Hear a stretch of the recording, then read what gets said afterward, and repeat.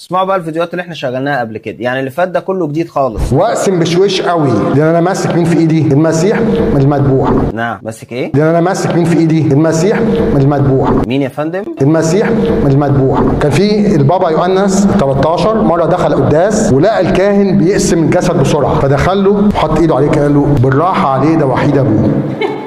دي حقيقه مش هزار.